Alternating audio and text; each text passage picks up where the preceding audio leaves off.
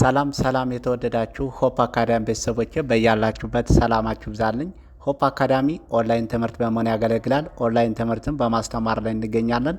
የምናስተምራቸውም አማርኛ፣ እንግሊዘኛ፣ ሂሳብ እንዲሁም ሌሎችን ተዛማጅ ያላቸውን ትምህርቶች እያስተማርን እንገኛለን። መማር ለምትፈልጉ በተለያየ ሶሻል ሚዲያ አማራጮች በመጠቀም በኢሞ፣ በቴሌግራም፣ በዋትስአፕ እንዲሁም እናንተ በምትጠቀሙበት ሶሻል ሚዲያ አማራጮች በመጠቀም መማር ለምትፈልጉ ቪዲዮ ላይ በምናስቀምጥላችሁ ስልክ ቁጥር ይደውሉ፣ ይማሩ። የምናስተምረውም ከሰኞ እስከ ዓርብ የፈለጉትን ትምህርት በፈለጉበት ሰዓት እያስተማርን እንገኛለን።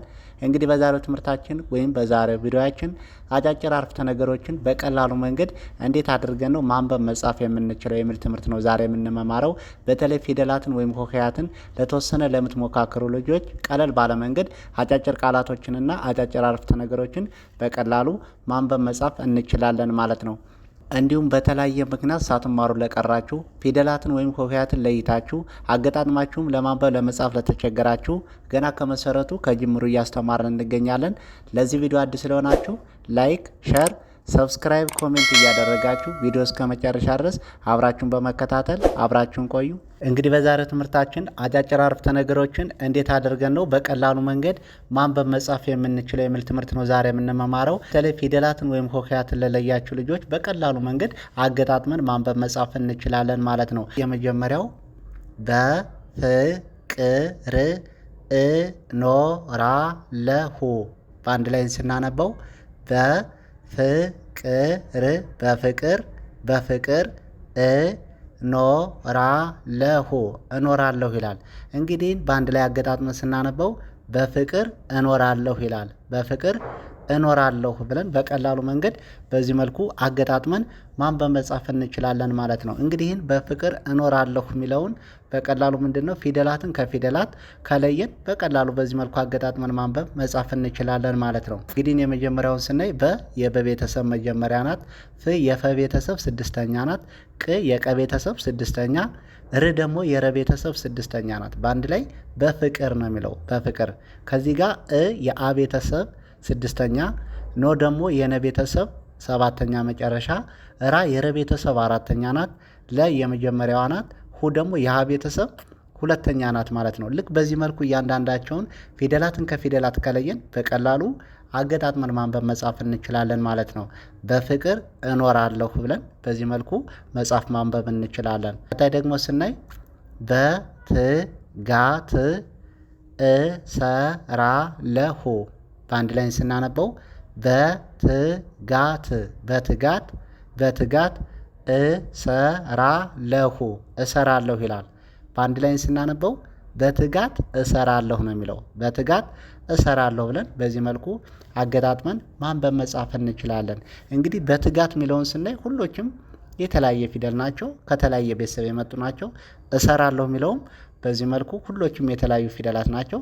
ቅርጻቸውና ድምጻቸውን ከለየን በቀላሉ ማንበብ መጻፍ እንችላለን ማለት ነው። ጠቅለል ስናደርገው በትጋት እሰራለሁ ብለን እናነባለን፣ እንጽፋለን። ቀጣይ ደግሞ ህልሜን አሳካለሁ። በአንድ ላይ ህልሜን አሳካለሁ ይላል። ህልሜን አሳካለሁ ብለን በዚህ መልኩ ቀለል ባለ መንገድ ማንበብ መጻፍ እንችላለን ማለት ነው። ህልሜን አሳካለሁ። እንግዲህ አሁን ያቀድነው እቅድ ሊኖር ይችላል። ለወደፊት ግባችንን እቅዳችን ለማሳካት ምንድነው ህልሜን አሳካለሁ ልንል እንችላለን። ስለዚህ ህልሜን አሳካለሁ ብለን በቀላሉ በዚህ መልኩ አገጣጥመን ማንበብ መጻፍ እንችላለን ማለት ነው። ቀጣይ ደግሞ ትልቅ ህልም አለኝ። በአንድ ላይ ትልቅ ህልም አለኝ ይላል። በአንድ ላይ ስናነበው ትልቅ ህልም አለኝ ብለን በዚህ መልኩ በቀላሉ ማንበብ መጻፍ እንችላለን ማለት ነው። እንግዲህ ትልቅ ህልም አለኝ ስንል ሁሎችም እዚህ ጋር የተለያዩ ፊደል ናቸው፣ ከተለያየ ቤተሰብ የመጡ ናቸው። እያንዳንዳቸው ሁሉ የሚጠበቅብን ድምጻቸውና ቅርጻቸውን መለየት ነው። የየትኛው ቤተሰብ ነው የሚለውን ከለየን በቀላሉ ማንበብ መጻፍ እንችላለን ማለት ነው። ትልቅ ህልም አለኝ ብለን እናነባለን። ቀጣይ ደግሞ ስራዬን ጨርሻለሁ ይላል። በአንድ ላይ ስናነበው ስራዬን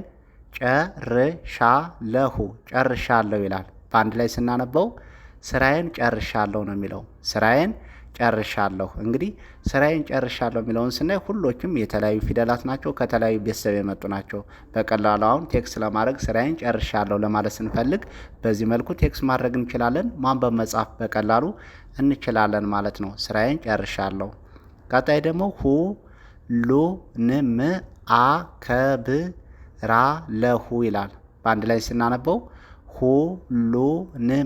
ሁሉንም አከብራለሁ ይላል። በአንድ ላይ ሁሉንም አከብራለሁ ብለን በቀላሉ በዚህ መልኩ አገጣጥመን ማንበብ መጻፍ እንችላለን። እንግዲህ ሁሉንም አከብራለሁ የሚለውን ስናይ ሁሎችም ከተለያየ ቤተሰብ ከተለያየ ፊደል የመጡ ናቸው። ቀጣይ ደግሞ ከዚህ ጋር ስናይ ሰላምን እመኛለሁ። በአንድ ላይ ስናነበው ሰላምን እመኛለሁ ይላል። እንግዲህ ይህን በአንድ ላይ ስናነበው ሰላምን እመኛለሁ ብለን በዚህ መልኩ ቀለል ባለ ሁኔታ ማንበብ መጻፍ እንችላለን። ሰላምን የሚለው የተለያዩ ፊደላት ከተለያየ ቤተሰብ የመጡ ናቸው። እመኛለሁ የሚለውም በተመሳሳይ ማለት ነው። ልክ በዚህ መልኩ ሰላምን እመኛለሁ ብለን እናነባለን፣ እንጽፋለን ቀለል ባለ መንገድ። ቀጣይ ደግሞ በተስፋ እኖራለሁ። በአንድ ላይ በተስፋ እኖራለሁ ይላል። በአንድ ላይ ስናነበው በተስፋ እኖራለሁ ብለን በዚህ መልኩ እናነባለን፣ እንጽፋለን ቀለል ባለ መንገድ። ቀጣይ ደግሞ በየቀኑ እጥራለሁ። በአንድ ላይ በየቀኑ እጥራለሁ ነው የሚለው።